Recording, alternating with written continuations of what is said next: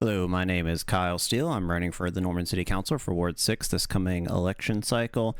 And this is a summary of what happened during the Business and Community Affairs meeting on November 6, 2026.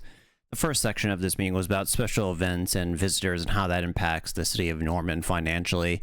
As far as general foot traffic, the city is busiest during the football season, specifically around the weekends when OU has home games. There's also a lot of increased traffic in the city around May, which lines up when OU has graduation, so it's most likely traffic related to that.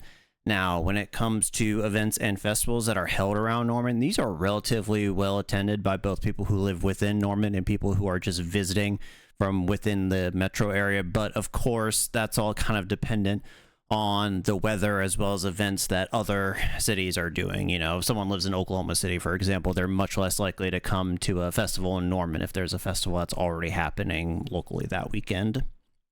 Now, when it comes to how all this affects our local economy, year over year, the number of visitors is down. However, the total amount of revenue that is being gained from these visitors is remaining consistent. Basically, even though less people are visiting Norman, they're spending more on average.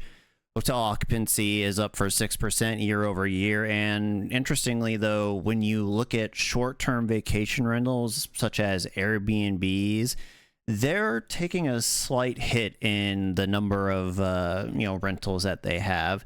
Now, whether that's because they're going unrented or there's just less on the market these days is not really well known. That's not something that city staff can easily get in terms of their data. However, they did note that the average rate for these short-term rentals is up 20% over the past year, which indicates that there's probably just less rentals available on the market for the short term.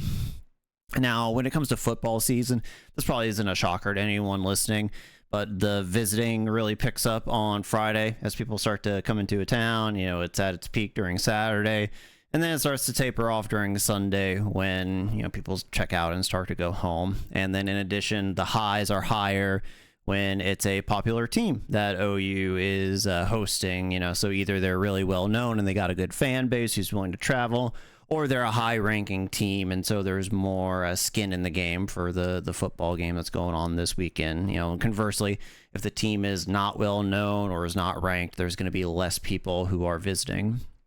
Another interesting note is that when OU is hosting these popular home games, hotel occupancy is basically booked up. Like all the short-term rentals in Norman and the hotels are basically fully booked, and there's overflow, and people are going to have to then they have to start renting hotels up in more in the OKC metro area. The next section of the meeting was regarding blue safety lights that they're looking to install in city parks. Currently, the city only has one installed as kind of like a test feature. Essentially, it's like a big box, and you could hit a button to be connected to emergency service, and it'll make a loud noise, and it's intended to be a deterrent for when you're in a panic state and you can't really get to your cell phone, or maybe cell coverage in the area isn't great for whatever reason. Essentially, the idea is they want to install these devices in other areas around Norman where cell reception is possibly spotty, but it might see a lot of foot traffic, so mostly parks. And then for Ward 6 specifically, the Sutton Wilderness area could be a popular choice to put these up. And these are all going to be registered with the city, obviously. They have a unique number assigned to them, so as soon as you hit that button, you're connected to emergency services, and the police know the exact location of where this police box is essentially, and help or emergency services can get to you as soon as possible.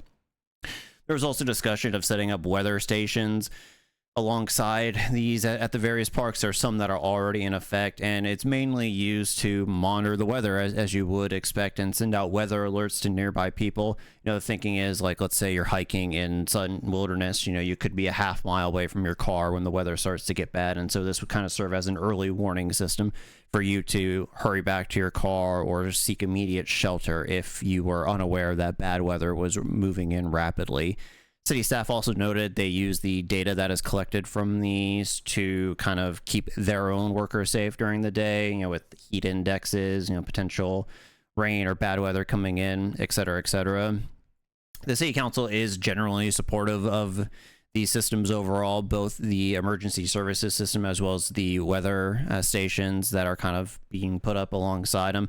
So these will most likely be appearing around Norman in the coming years, and I would expect to see at least a couple be requisitioned in the next budget proposal for the next fiscal year.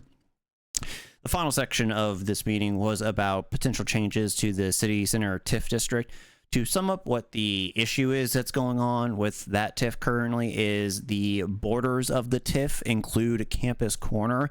However, there weren't any really major improvements as part of this TIF that were being done in Campus Corner. So essentially, Campus Corner is paying into this TIF, but they're not receiving any direct benefit from it in terms of infrastructure improvements. Now, the main hang-up to potentially modifying this TIF to include a little bit more infrastructure changes in Campus Corner is that if these, or if the cost of these changes rather, are greater than 5% of the value of the TIF, which for the city center TIF would be $2.37 million, then it has to go through the entire TIF review process again. So statutory reviews, planning commissions, the city council public hearings, and then of course the city council vote, and all this can take up some time. That being said, you know, there does appear to be general support for including Campus Corner within the city center TIF in some meaningful way. So there has to be some research as to what projects they want to make a part of it. They seem to be leaning towards a parking structure and, you know, redoing some of the curbage in areas that aren't or that are in need of being redone, like on Boyd, for example. That being said, it sounds like it is going to have to go through that major review process again. So we may have another TIF discussion here within the next year or so regarding the city center. So we'll have to see if the charter amendments pass by that point, if it has to kind of go through any sort of new TIF review process, or if this kind of gets lumped in with the old process. But with that being said, that was a bit it. This was a relatively short meeting, 75 minutes long. I'll link the relevant sections below for those who kind of want to see the more in-depth conversations I didn't really cover in this summary. So thank you all for your time. Remember to vote in the city elections next February, and have a good day, everybody.